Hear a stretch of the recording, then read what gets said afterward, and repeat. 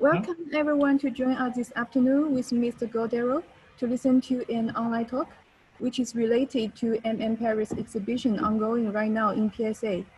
The topic of the talk Frank gave us is the story of No More Young Angry Men, which not only gave us a pre-understanding of Frank's personality, but also intrigued us what stories Frank would love to share with especially. Before the start of the lecture by Frank, please allow me to introduce him. Frank was born in France and currently works and lives in Dijon and Paris. He is the co-founder and present director of most influential art organization, the Consortium. He is also the director of publication, Le Presse du Rue, and responsible for publishing, editing, and curating related affairs. He also co-founded the Anna Sanders Film, producing films and videos. Now I will leave the time to Frank. Yes, please, Frank, you may begin. Okay, thank you. Thank you for the introduction. Yeah, I put the title, The Story of a No More Young Angry Man. No more young, but still angry. And it refers vaguely to this label given by English book critics in the 50s concerning writers that were called the young angry men. So I took it like this. I'm still angry, but I'm still hungry too. Hungry for art, angry towards the world, and especially now. But what can I do from the back of my, little town in Dijon? So I still doing exhibition with my colleagues at the Consortium. I will give you a few words about who am I, what I'm doing, and why am I doing what I do. So I'm born in a very small city called Langres. It's used to be a Roman city with ramparts, and it's also the city where the French philosopher in the 18th century, Denis Diderot, was born. So the background is very tough city, very cold in winter, very hot in summer. I mean, used to be. Now it's a bit with this climate stuff changing a bit. But it's a very intellectual city because of this philosopher, because of a lot of painters in the 17th, 18th century, but also from the Middle Age. So there is an intellectual tradition up there, but now the city is like, for you, it's like not even a village. It's like 10,000 inhabitants, something like this, which is almost nothing. So I came out, I'm born in this city, and I moved to Dijon, which is a bit bigger, but Dijon is like 150,000 inhabitants, which is also kind of village for you. And we started the Consortium in 1977. So most of you were not born, I guess. Not even in the dream of your parents. So that's why No More Young guy. But we started like this in 77 at the time where in music, the punk rock was starting more or less, a year or 2 years before in America and in UK. And at the time for young kids, just out of the university, there was idea of an alternative. Do you go for music, becoming a rock star, if you survive to dope and all this thing, or maybe art? So I'm not a person to risk too much with dope and all this crap. So I went to art. I don't know if it was a good idea, but it was what I did. And with some friends out of the university, we decided to bring art and artists in Dijon. At the time, there was no TGV, which is the high-speed train. And to go to Paris, it was like more 3 hours to drive or by train.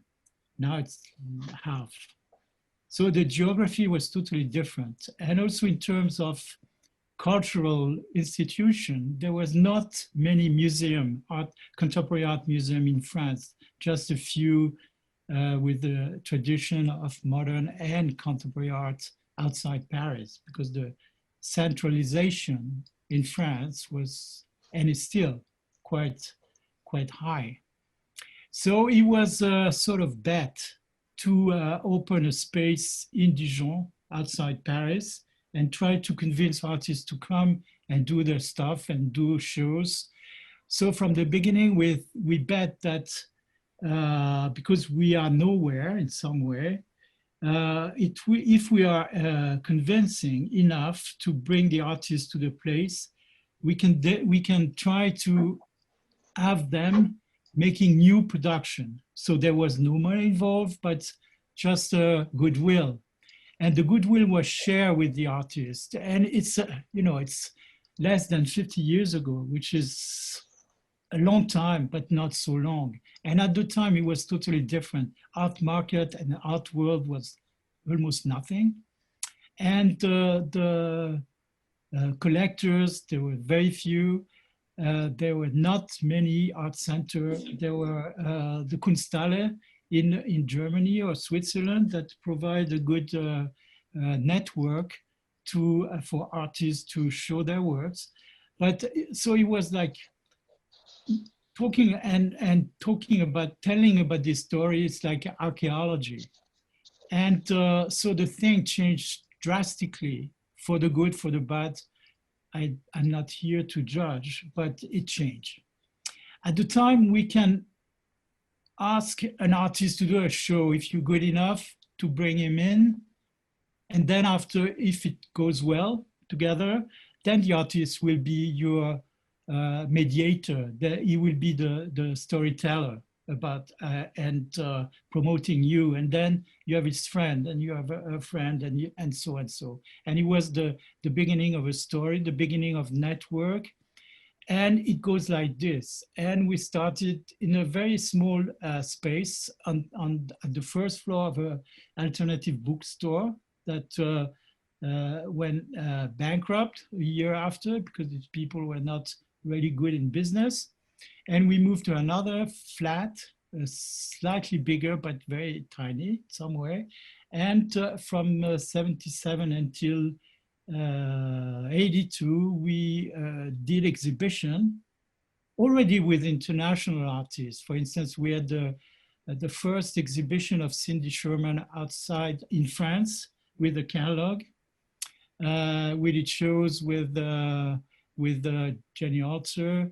We did shows with Christian Boltanski. We did shows with François Morellet. We did shows with these people like this, Daniel Buren.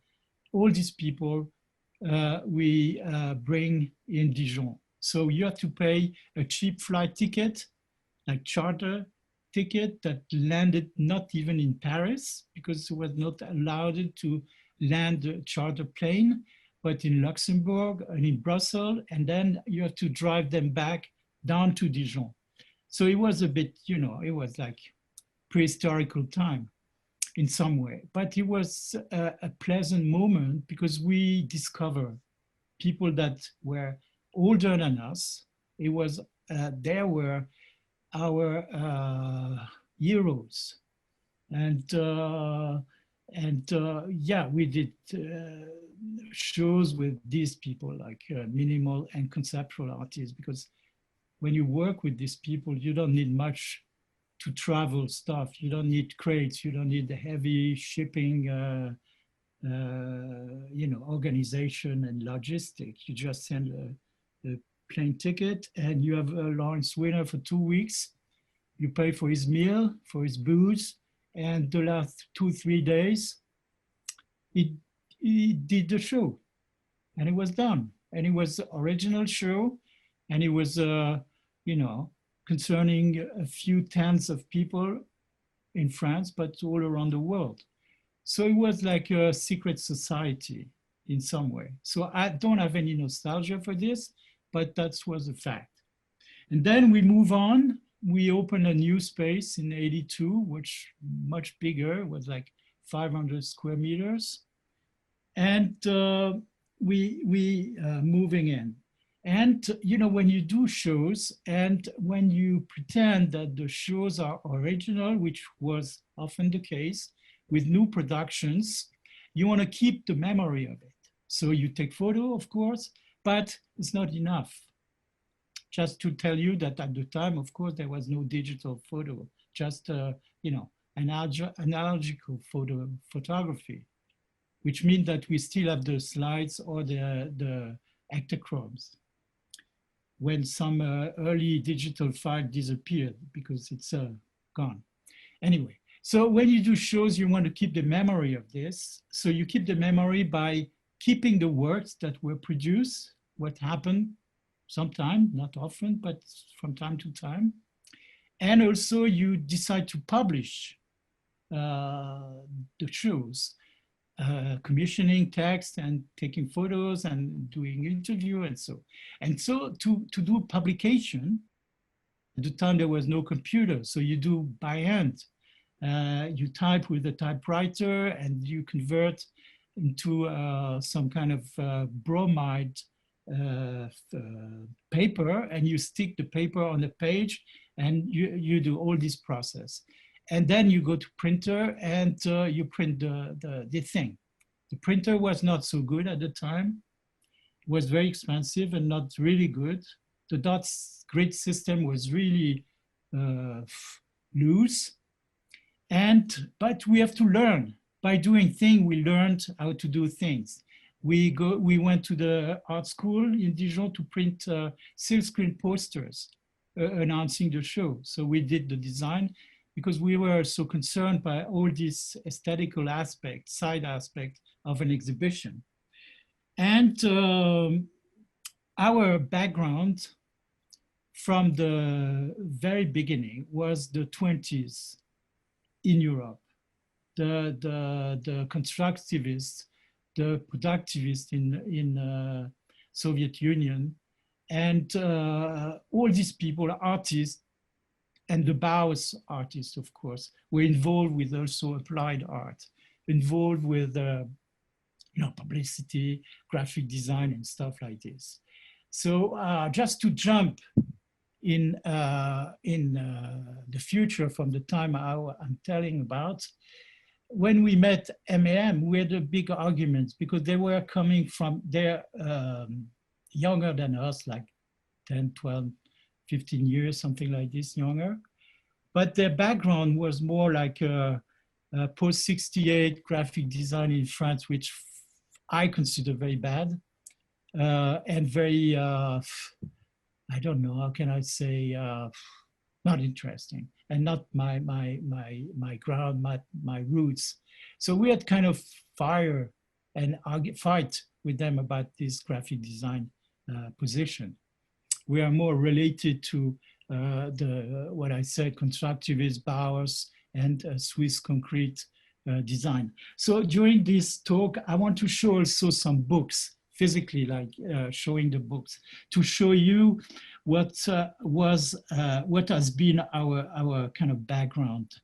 And I wanted to start because, as I said, our concern and first exhibition were related to the conceptual art. And I know for following some young Chinese artists or critics, that conceptual art is of their concern this time, and especially designing and doing little books like in the late 60s, many conceptual artists were involved in. So books were also another physical space for an exhibition. And for instance, the book that is very famous, so you see it's a blank cover, you have the spine with the name of artist and the name of the publisher.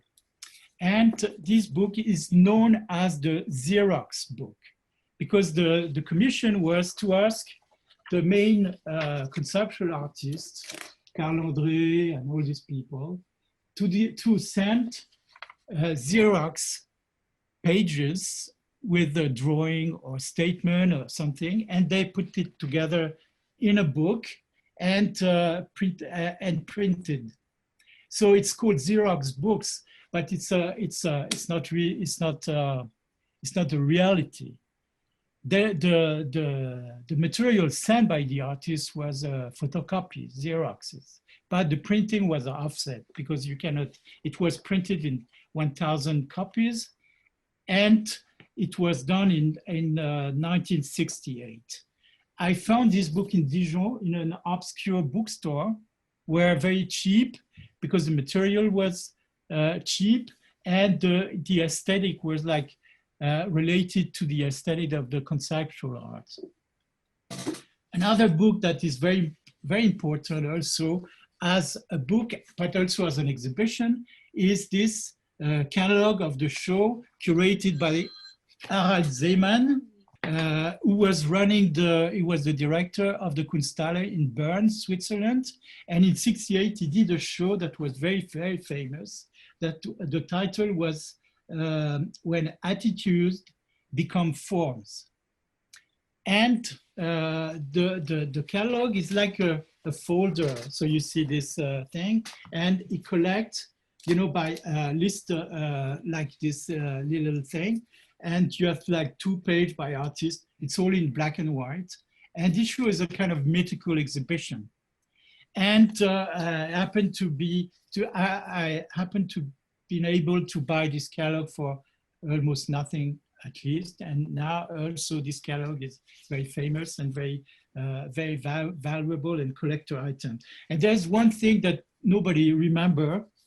On the bottom line of the front cover, it said an exhibition sponsored by Philip Morris Europe, a cigarette makers. Imagine having a show that is supported by a company that making cigarettes or alcohol these days. At the time, it was possible. I don't know if it was good or bad, but it's a fact. The show was supported by the tobacco industry in conceptual art. It's kind of funny. Another, I show you just briefly, and then after I keep going, is also the interesting catalog. It's called Information, and it was a group show in the summer of 1970 at the MoMA, and it was, how can I say, the main group exhibition of conceptual artists, but also the funeral of conceptual art in some way, because it's covered the whole world.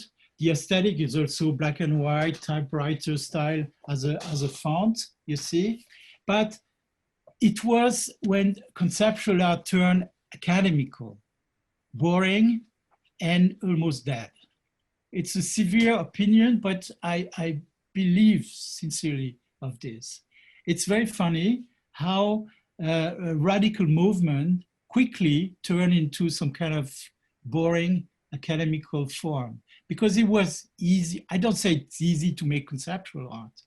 It's not easy to make good conceptual art, but it was easy to make so-so conceptual art, which means just a little typewriter text with loose black and white cheap photos and little frame, and here you go, put on the wall, and you pretend you're a radical artist. Most of the artists, of course, at the time were men, not many women. So it's another issues that also draw a situation that's totally different. And voilà. The last thing I want to show about this era is another catalog for a show that took place in Lucerne in Switzerland, organized by the director of the museum, Jean-Christophe Amann. And the show is called Transformer. It's in 73 or 74, I don't remember if it's written. Same kind of aesthetic, typewriter text, black and white, of course, loose photo, a few pages by artists, like this. But the topic is different. It's Transformer, and it's in German, you say Aspekte der Travestie, which is the aspect of transvestites, transgender, gay scene, drag queens, but in the visual art scene. So it was really in Switzerland, which is known to be a very quiet country, with citizens very responsible, but also spying each other. And so they open up the door for sexual liberation movement. And it was a very important exhibition. And also the catalog is very rare and very valuable item. So this is the first physical presentation of books section. So because of all this background, we wanted to do our own publication. And we did, for several years, we did some catalog that were more related to the Swiss concrete art aesthetics. It's coming from the Bauhaus, because one of the leader artists, Max Bill, was a student at the Bauhaus. And so he brought back to Switzerland all this modern idea of doing exhibition, doing graphic design, doing object design, doing stage design and all these things, including cinemas and stuff like this. So we came from this field. And so the idea was, when we started to design our first catalog, it was like Helvetica, no capital letters, and very structural composition, and related to the concrete art and concrete art poetry. And for instance, Eugen Gomringer, who is a very famous poet, was also the secretary of Max Bill, the visual artist. And so you see all the cover is about no capital letters and all the thing coming right away from the Bauhaus. And like a poem like this, very simple and very minimal. So that was our graphic design background. And also some artists who were visual artists, they were painter, but there was also a graphic designer for newspaper, for publicity, and they make their living out of this. But they were also theoreticians, and they were writing texts on graphic design, what does it mean? And they had the idea of the society.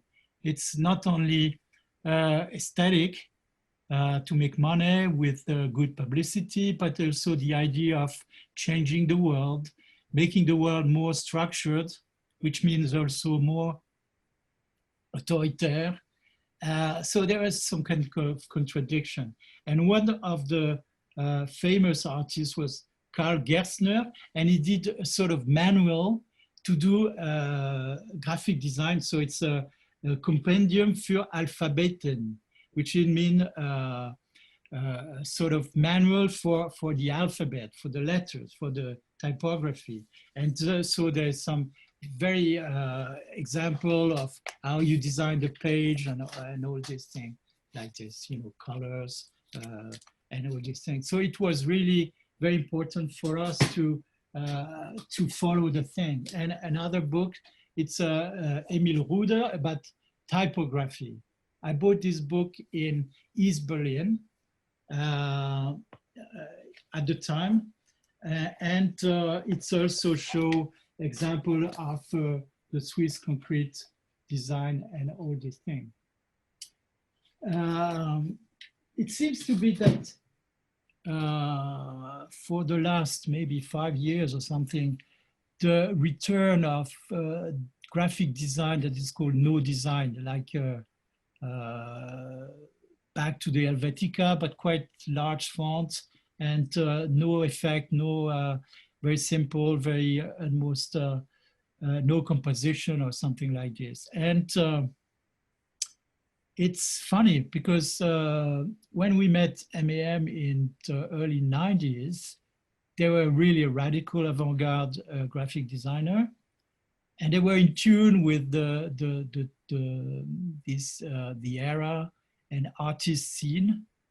And now they are in their 50s.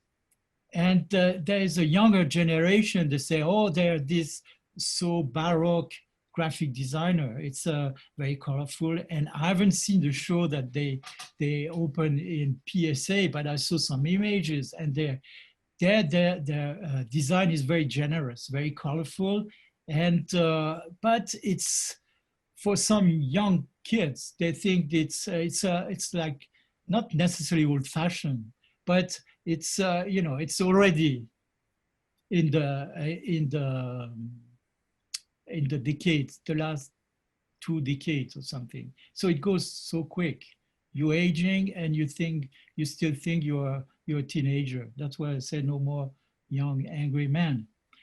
Anyway, so I was mentioning producing books. And when you do books, when you go to the book business, publishing business, you have to have, producing books is one thing, but you have to sell the books, because that's the idea, to spread over what you think is important in terms of content. And to spread the book, there was no internet, of course, at the time, so you have to send the book to bookstores. And bookstores don't like to work with the art center, because for them it means nothing. So they said the distribution system require a structure. So we created a company, commercial company, that is called Les Presses du Réel in 1992, to produce the book and distribute the books. And it was, very difficult, because at the time it was difficult to convince the bookstore to take our thing that looked like weird and not really a product that's easy to sell. But slowly, we invented a structure for the production, but also for the distribution. And, to distribute books, there's a specialized company, which is called like distribution companies. And they are a structure that take your book and try to sell to bookstores. So they're in between, the circuit is not short circuit from the production to the consumer. It's in between the distribution. And there were not really specialized distributors in contemporary art. And so you had to deal with a generalist distributor that are more concerned with literature and some other stuff. So for them, contemporary arts, it's something that they don't know what to do with this. They say, what's this crap? They cannot do things much with this. So they just take your books, put in their storage, and charge you for the storage fee, which it's like you send the book to a storage and the book never reached the client, but you pay for this for no result. So it was like totally stupid, and say, okay, forget it. We try to distribute ourselves, and we organize a department in our company, Presses du Réel, to be in charge with the distribution. Took years to set up, and slowly we convinced the bookstore to buy books directly from us. And the time going, we had other publishers in France, but mainly abroad, outside France, who wanted to have their books distributed in France and in French-speaking countries like Belgium, Switzerland, Luxembourg, Canada, and all this, places outside France. So we started to develop our branch of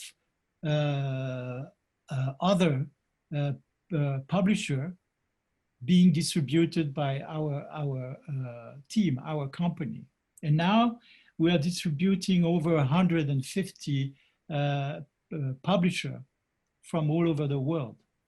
And every day we've been asked to take another publisher in distribution, but we have to refuse, not for objective criteria, for instance, quality of topics, just because we cannot. It's too much, and especially in this moment of sanitary crisis, it's a kind of difficult. So you see, that's the history of the consortium, which is we invent a tool, a way to proceed after we had to face how can I say, a question. Making books means, what do we do? How can we do? Invent company. Was the same thing, and we go now more in the today. I mean, today it was like 30 years before, 30 years ago. The generation of artists and people like MAM. Some artists came to us like Pierre Huyghe, Philippe Parreno, Rikriti Ravanija, Liam Gillick, and all these people born in the 60s, mid 60s, early 60s, late 60s, who started in the early 90s to produce films as an artwork. But films to be distributed in the commercial system, in the commercial structure. And so we were facing a group of people who said, yeah, we came to you because we know what you're doing. And if we are not necessarily in tune with your conceptual crap, we respect you, the way you're working and the way you structure your institution. And so we are proposing you to to build a film production company. Interesting. I mean, we are also fan of movies, especially experimental movie. Remember being in Castle Documenta in 1977 and spending hours looking at experimental movie where nothing is happening on the screen, but we were like fascinated by this nothing on the screen to see, but just being there. Anyway, so we said, yeah, movies some concern, but we're not, you know, we built this publishing company because producing books cost money, but producing movie costs more than this. It can cost a fortune. And then being bankrupt after only the first movie to be produced is not really funny. And plus we don't have money to invest in this you know, business. So we said, okay, let's make it together. And we built this company that is called Anna Sanders Film. And for this matter, I will show you something to explain you how it was simple and complicated at the time. So in when was it? 97. Pierre Huyghe and Philippe Parreno were invited to do a show at the place, very famous place in Vienna called the Secession, which is a sort of Kunsthalle run by artists. And from the late 19th century until now, it was really important place for the artists to develop their own artwork. So they were invited to do a show. And instead of doing a catalog, they said, we want to do a magazine. And this magazine will be, will draw the portrait of one character of a possible movie that we will possibly produce for an exhibition, but not necessarily for this exhibition. So you see, process how to make things, but starting from the very beginning. So this is the story of a character, but it's also undertitled. So they produced this magazine called Anna Sanders, and the subtitle was L'histoire d'un sentiment, the story of a feeling. So it was about feeling, it was about character, it was about stories, it was about scenario. So we enter an era, foreground, or the thing that exists before the show takes place, or before the artwork is produced, is the story before. the step before starting the art. So we were close to Pierre Huyghe and Philippe Parreno, and discussing, when they came to us, it was more or less the same moment, 96, 97. And we said, okay, let's build this company together. And when the question was, what kind of title, what kind of name do we give to this company? And because they told the story of this magazine, Anna Sanders, say, what about call it Anna Sanders film? Like the film produced by maybe a character of that will appear in a forthcoming movie. So you see this process of thinking is no more like straightforward. It's like, to go to A to B, you don't go to a straight line, but you take like, like how do you call anneau, like a ring, like this. And going the ring, you come close to the center, but it takes a bit of time, Anyway, so we built this company called Anna Sanders Film. And the idea was to make a commercial company once again with these artists, and they are still partner and stockholder of the company, Pierre Huyghe, Philippe Parreno, Charles Demeaux, Dominique Gonzalez-Foerster. And we produced their movie with the idea of, because we have this production company tool, we can go to the movie theater and say, try to convince to distribute, and go to distributor to distribute the movie. Because their idea was the film is not only for the exhibition, but it's for movie theater. And that was another, it's another story. And the movie business is something very clear and complicated. Clear in France because it's a family business, which is it's a network. And if you're not from the family, means physical family. You're the son and the grandson, the nephew, or whatever of this director, of this producer, and all is connected. So if you're not part of the game, you are nobody. And it's very, very difficult to sneak into this field, this business. But for any reason, and also because of the power and the skill of these people, and Philippe or Pierre, but Charles Demeaux, who also was more into the movie business. So we had connection, and we started to help producing movies, and MAM also were involved because they designed a poster and stuff like this. So just to explain briefly, it was until the 90s. And at the time, we became older than the people we were showing, artists. And so it was a moment that you become older than the people you're working with. And I'm not talking about today, because today we're not older, we're like grandpa or grandma of the today kids. And either you said, I'm sorry, I don't understand anymore what you are doing, what the fuck you're telling me, because I don't have the codes anymore. I don't know what you're telling. I don't know what you have to. So it's a possible way to say, okay, it's time to stop, it's time to leave and to retire. Or you just want to keep going, not because you have too much ego and say, without me, art world is dead, or all this crap and all this pretentious position.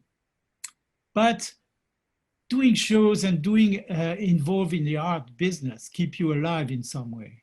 And being nowhere in Dijon keep you alive also, because you're nowhere, but you are also everywhere, of course, with digital stuff. And today it's a kind of evidence, even if I don't know to who I talk, but anyway, I can spread my voice somewhere around. So the question was how we keep going and how we are still, you know, productive, and how we're still in tune with a new generation of artists. And when we met with Matthias and Michael from MM, it was funny because these people, and maybe you listen to that talk or something, they're quite straightforward, radical, and not really into negotiation.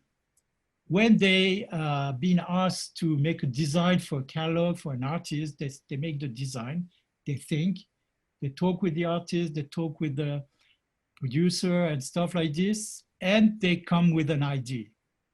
And often the idea is not negotiable. It is like this, you like it or you take it or you leave it.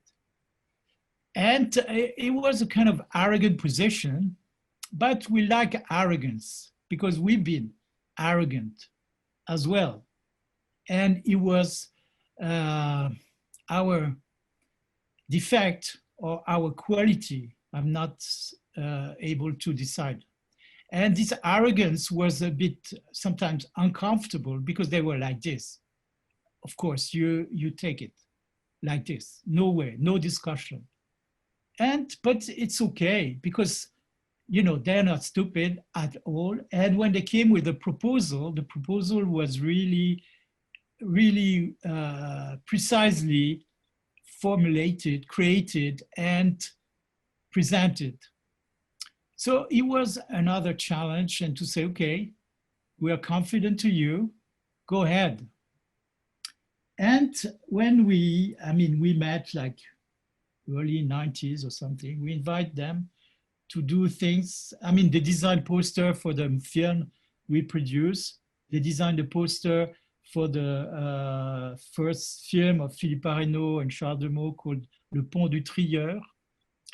They designed a poster for other films, and also they designed poster for the series of movies, short movie, done by Pierre Huyghe and Philippe Arnaud and some other artists who bought a character in Japan. In Japan, you have companies that are designing characters. You buy for manga, for animation, movies and stuff. So the more sophisticated the character is, the more expensive it is. So they went to a company in Japan and they bought a very cheap character, which means this character has not many criteria, just a form, just a few lines and stuff. So they took it, and the name of the character is An Li. And they said this character they own, they have the copyright on this character. And they said this character will be at the proposed to artists, they can take it and make a movie out of it. So, and then the series of An Li movies appear within years. Philippe Arnaud did, Pierre Huyghe, Dominique Gonzalez-Foster, Liam Gillick, but other artists not related directly to Anna Sanders' film. Like this guy that I don't like, but I don't remember his name, but it doesn't matter. So there were, and some other. So there was a series of An Li movie created after this character they bought. And MM, they were commissioned to design the poster each time. So the artwork was a movie, a short movie that goes along with the poster. And in the show, probably, and I'm sure of it, there's the series of the poster they designed for these An Li short movies.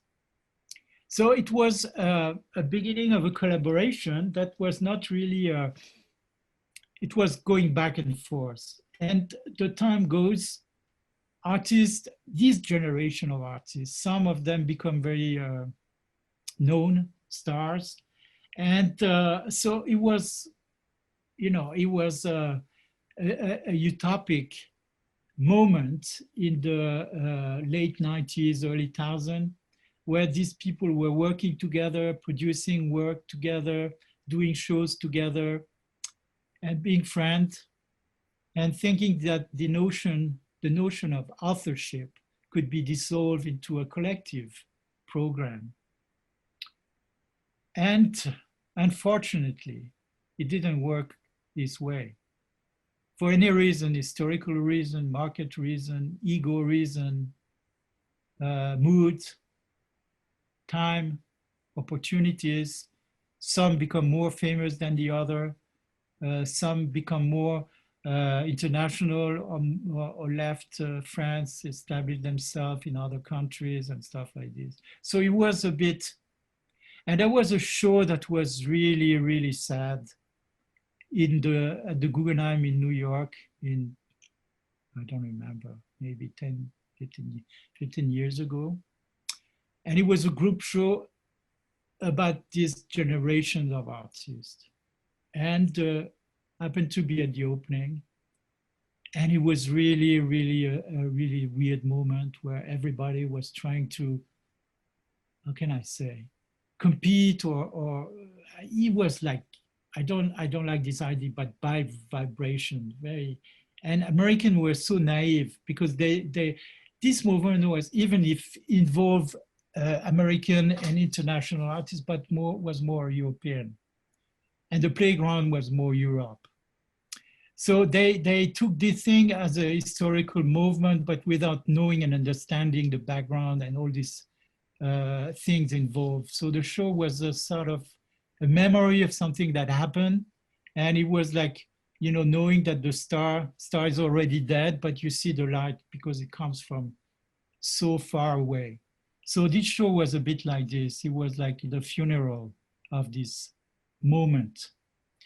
And, but it was a necessary moment that when the things, I mean, we had the same story with other curators in France or other, when we started, we were in competition and each of us trying to kill the other one, physically even, but not necessarily, unfortunately, I would say. Until everyone find his playground and find his space, and then the war was ended, was pacified. So now it's a bit like this. The people find their way. MEM found another way, that they're close to art, but not that close anymore, because maybe they become too expensive. And so for designing a catalog costs too much. And so the people don't come to them asking them to design their catalog. Some did, and some are still doing.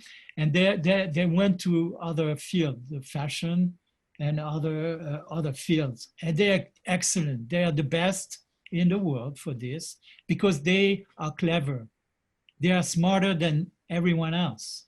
And it's not to flatter them, but because the background is, they're more sophisticated, they're more articulated than many other designers that are skillful, but not, how can I say, not, the practice is a bit different. So we had not really collaboration with them all along this year, but from time to time. And after I turned back to Consortium. So we had this, we opened this new space in '82 and we kept it until 2000 something, I forgot the years.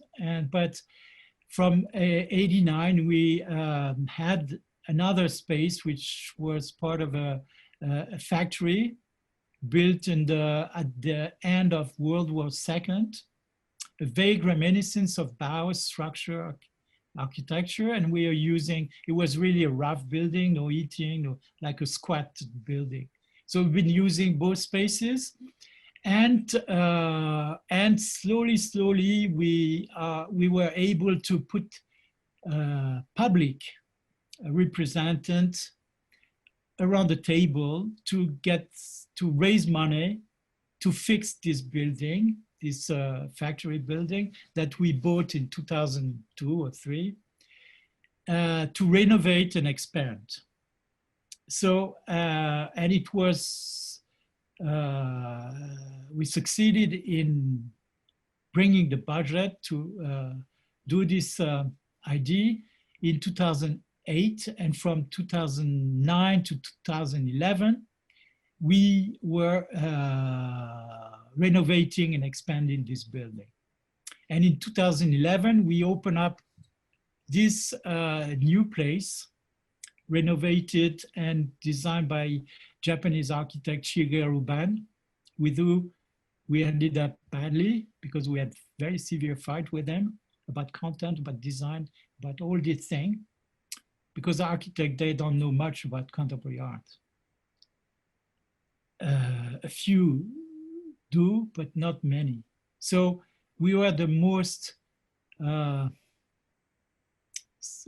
can I say, articulated people to know exactly what we want and especially what we didn't want. Anyway, the building was done, delivered on time, and very good, very flexible, very, very well. So we started again doing shows in a new building, 3 times more in terms of surfaces. And we decided to come back to MM. I don't remember exactly. So you have to do your homework if you want to know more about all this thing, about dates and years. So we asked them to redesign the invitation cards.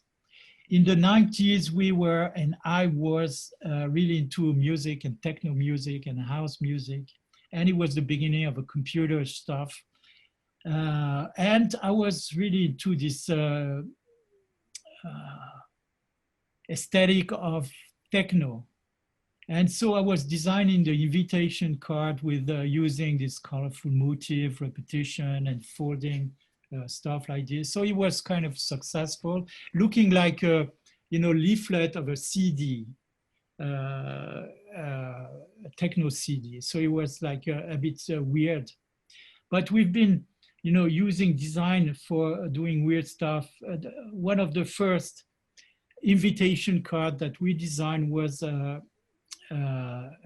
like a check out of a checkbook, and instead of having the name of the guy who you're sending money, it was the name of artist, and so it was like mimicking. It was the idea of appropriation that was very popular in arts field in the 80s. So this kind of thing. And but so after that, I was using this techno aesthetic, but it lasts for a while, and then after we get bored of the thing. So it was laminated, very sophisticated design and printing system. So we went back to MAM and said, please help us to redefine our invitation cards. And they come with a very simple thing, a piece of paper, uncoated paper, folding, like 2 or 3 folder. On one side, you have a text, a few lines. For both sides, they invent, draw, or took font that were, commissioned. And on the one side is a sentence that we decide to quote, nothing to do with the shows that we are announcing, and reacting to actuality, news, and stuff like this, but not necessarily. And on the other side, the name of the shows and everything. So that was the idea. And from this time, which I don't remember exactly when it started, until now, we're still using this this system. And in, when was it? 18, yeah. And, the consortium has been founded by a group of people. And I'm sorry to say, but I'm the only one left from the initial band or gang. We used to call us an art gang. Eric Colliard, who was a co-founder, died in a car crash with his girlfriend in '95. And Xavier, who used to be also co-founder with me, passed away in 2017. So I was the only one left. But fortunately, since late 90s, Eric Troncy joined us, and from almost a few years after, Sunda Kim joined us. So I was not, I mean, we were betting from the very beginning on collective ideas. So from the very beginning, we were together with a certain group of people. So after Xavier left, Eric was there, Sundak was there, Stéphanie Moedon was there, Anne Pontellier was there. So when we reopened the building, we decided instead of raising the number of keepers, guards, we raised the number of directors, bringing more intelligence than only just manpower. So, but Xavier passed away was really a difficult moment because, been working with him for more than 40 years. And in 2017, the year he passed away, it was the celebration of the 40th anniversary. So it was the last show he co-curated with us. And after he passed away, we have to think, because it's one person missing and one person working. And so we have to thinking of restructuring the whole thing. And we came back to MAM and tell them, I mean, you know what happened, and we want to, starting the fifth decade of the history of Consortium with something that move forwards or sidewards. And so the Matthias, where we started to discuss with him, he said, listen, it's very simple. When I talk about you guys to friends of mine, and I explain what you've been doing, the shows, they more or less knows. The publishing company, some know the name, Les Presses du Réel, but thinking it's something independent. And when I talk about the movie and I send them films and tell them that, you could produce movies with this Thai movie director, Apichatpong Verasetakul, who won the Golden Palm in Cannes Film Festival. The people I talked to, Matthias said, they started to think you're just kidding me. It's bullshit. It's not true. It's not possible. These people are not, doing this and this and this. He said, yes, they do. So he told us, you known, but you have to bring back the brand names you created, Presses du Réel, Anna Sanders Film, back into the core of the consortium, the building. So bring back the Anna Sanders Film physically, bring back the Presses du Réel physically. And they said, okay, maybe we will design a new logo for you, involving all these, ideas that it's a consortium, because basically what means consortium is a group of people, of company, of structure. Sometimes it's for the bad. It's the consortium of crime. It's about killing. It's about racketing. It's about hijacking. It's about all this crap. But sometimes it's for the good. It happened. And consortium, I have pretension to think it's for the good, not for the bad. So they told, bring back all this thing that you side work into the center. So they designed this new logo that you've seen using letters, and it's like a seal, the seal that's with ink. You just stamp your letter And it become like the new logo of the consortium. And sometimes this seal is associated on the bottom with some of the of companies of structure like Presse du Réel, Anna Sanders Film, music, public commission, and all these things that we've been involved. And so it's brought a new visibility. And when they said you have to bring back all these things that you've been involved with back into the core of the building, we took it literally. And we went to see the French designer, very famous French designer, Nathalie Crasset, who used to be related to Dijon. Her husband is from Dijon, and they've been together for years and years. So they came to see the exhibition at the Consortium from maybe 30 years back. So they knew our story. We didn't know them. We never met. After several years and years, we got to know that this weird person, because she's known for this very particular haircut, was coming to visit Consortium. And we met and we did a different thing with her, public commission in Asia. And so we came to her and asking to design a bookstore. And she did, and also to design a projection room for Anna Sanders. So at the first floor of the Consortium, at the each end of the long part of the building, upper floor, you have the bookstore and you have the Anna Sanders Film projection room. And this changed quite because it brings brands that were known, but not necessarily connected to Consortium. So people say, ah, Presse du Réel is also Consortium, and Anna Sanders is also Consortium. Say, yes, yes, they are.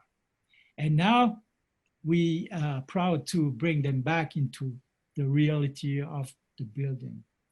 And so a collaboration with was not only to commission a new logo or a new letterhead or all these things that we need sometimes, but it's also a discussion.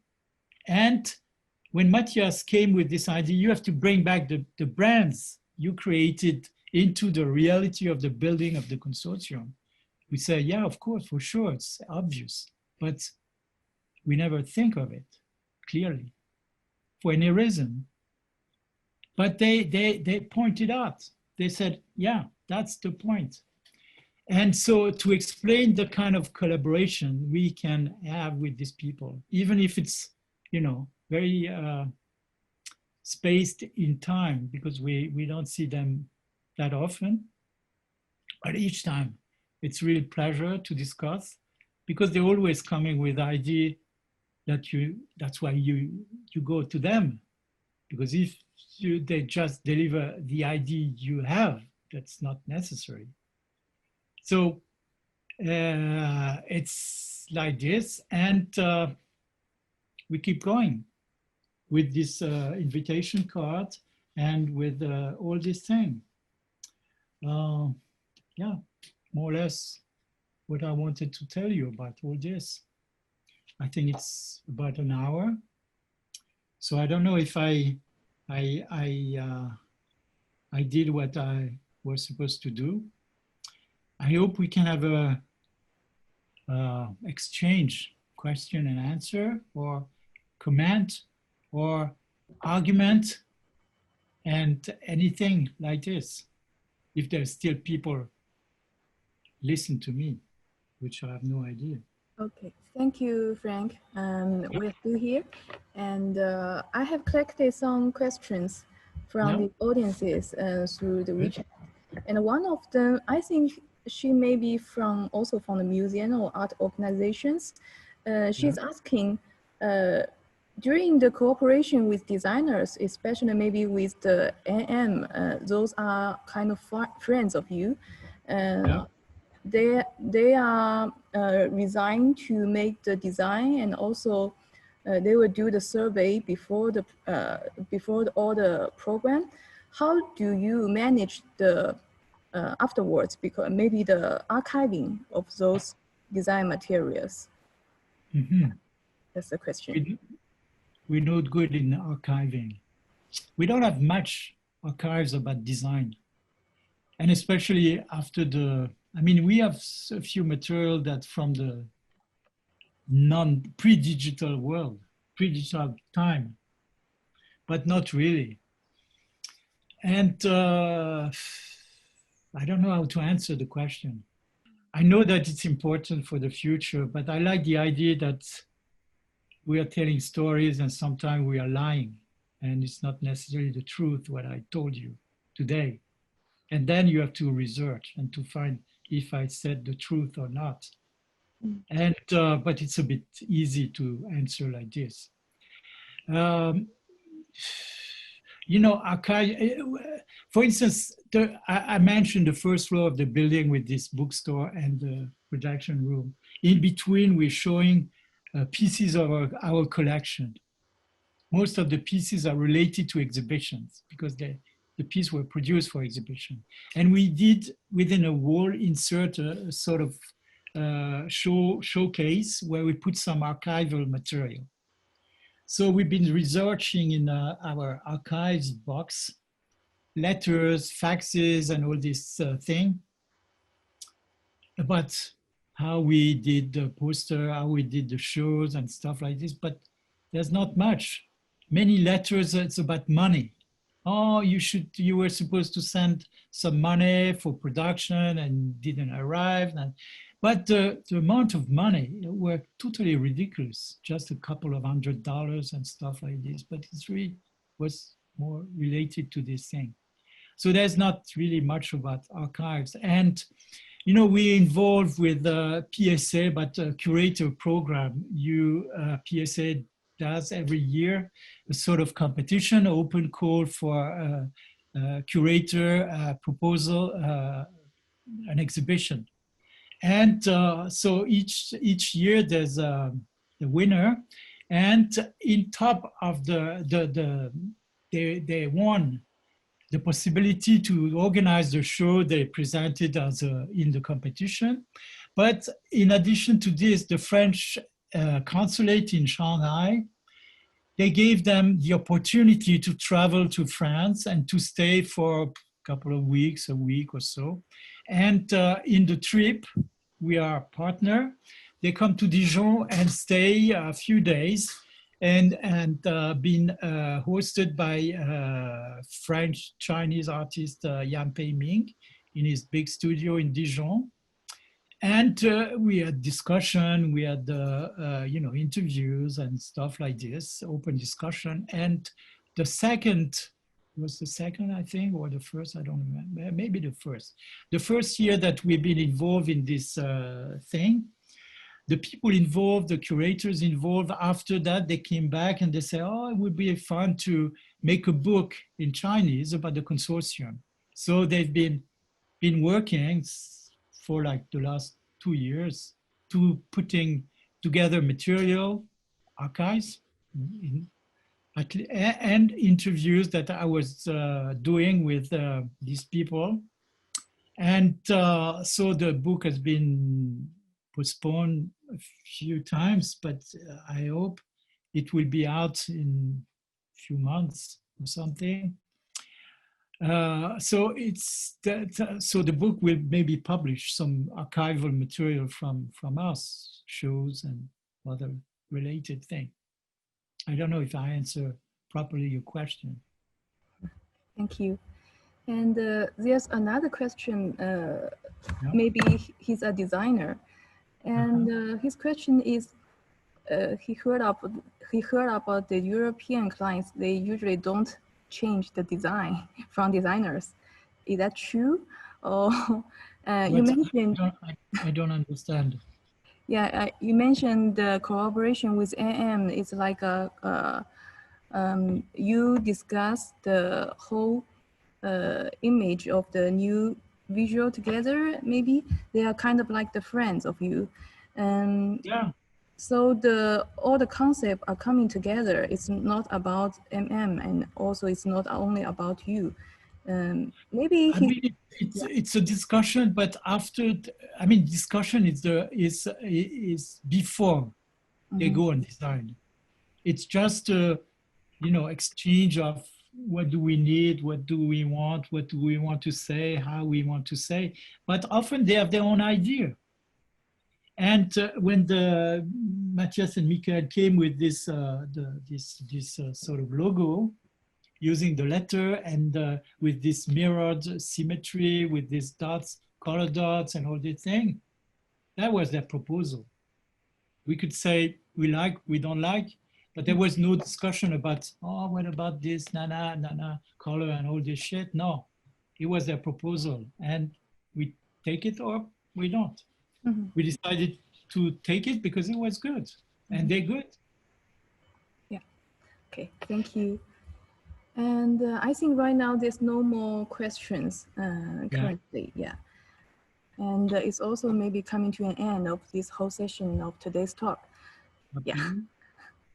So anyone else you want to share with us, or maybe we just stop here?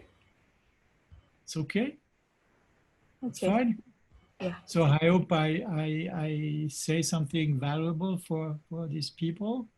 Yeah, sure. And, I think we have 700 audiences on the Bilibili today, and the Zoom we have the highest number is 60, I think. Yeah.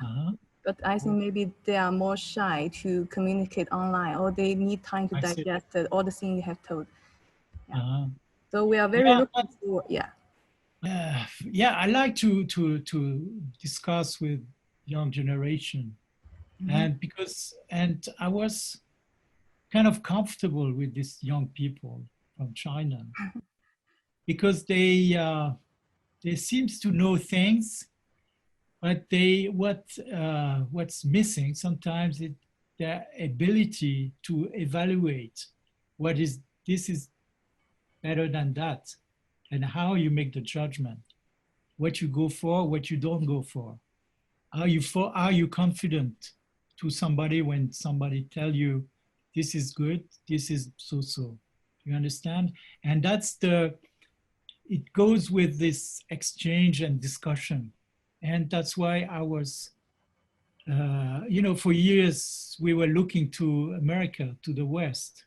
And for the last 20 years, we've been looking also to the East. And it was a complete change of culture and complete change of, you know, position and how you involve, how these people are involved in the art world, what it's about, and how this young generation, and mainly female, are dealing with art world and artworks. So it was a very interesting discussion often with these people. So I understand that, you know, I look like a old timer. They can be shy to discuss, but you know. Maybe next time, next year, maybe we hope the academic will becoming better in next year. And we are hoping to invite you to come to PSA again to see the... Yeah, I would love to see MAM show before it's closing, and also the new design of the bookstore that Matali was involved into. Yeah, we're very looking forward to it. Yeah. Okay. Okay. So thank you. Thank you again, Frank. Yeah. Yeah. Thank you. Bye-bye. Bye-bye. Bye-bye.